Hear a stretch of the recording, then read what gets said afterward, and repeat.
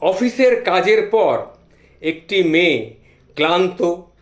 মেয়েটি বাড়ি ফেরার উদ্দেশ্যে লোকাল ট্রেনে উঠে একটা সিট পেয়ে গেল, হেলান দিয়ে বসে চোখটা বন্ধ করলো।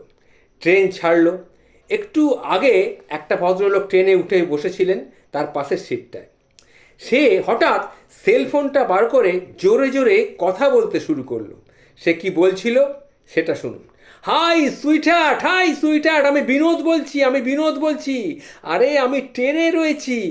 হ্যাঁ হ্যাঁ, বাড়ি ফিরছি, জানি 7টা বেজে গেছে। প্লিজ রাগ করো না। কিন্তু কি করব বলো, আমার অফিসে আজকে খুব জরুরি মিটিং ছিল। হ্যাঁ, আরে না, আমি রিসেপশনিস্ট ওই প্রীতির সঙ্গে কোনো গল্প করছিলাম না। আরে বাবা শোনো না, বিশ্বাস করো, বসের ঘরে মিটিংয়ে ছিলাম আমি।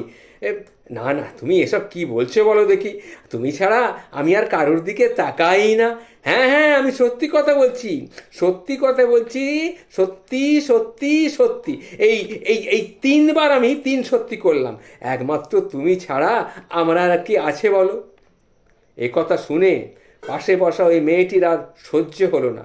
সে তখন ফোনটার কাছে মুখটা নিয়ে বলল, ও বিনোদ, এবার ফোনটা রেখে আমাকে একটু আদর করো না গো।